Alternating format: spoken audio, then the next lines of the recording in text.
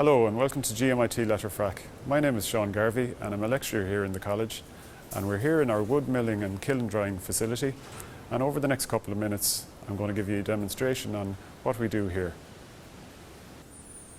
So there are lots of different ways to mill the log. We would generally mill it through and through, which is parallel cuts right the way through, all the way through the log.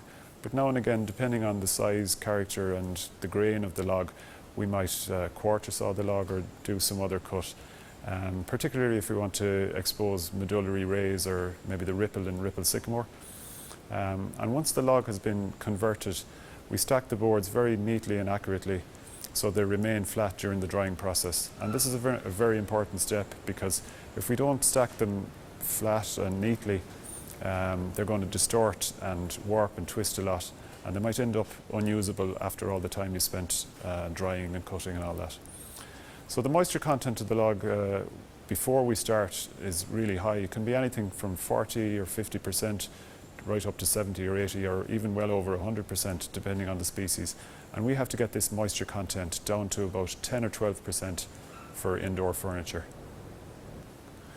We would often air dry the stack for a period of time before kiln drying, and species like oak we might air dry for about a year per inch.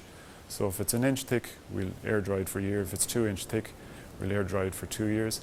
We can put the timber straight into the kiln without air drying, and we'd sometimes do that as well, particularly if the timber is needed quite quickly.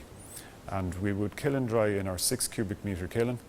And to do that, we start off with the humidity quite high and the temperature quite low, and then over the period of time that the timber is in the kiln, we would reduce the humidity and raise the temperature.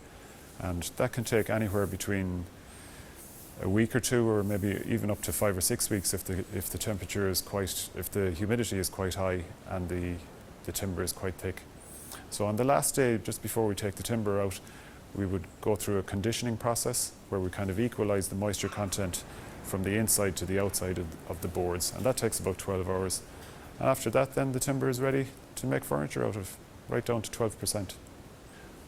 So this is an example of some of our timber that we have stacked, and we're air drying it for a while. This is 2 inch oak, and it's been here for about a year and a half, so another couple of months and it'll be ready to go into the kiln.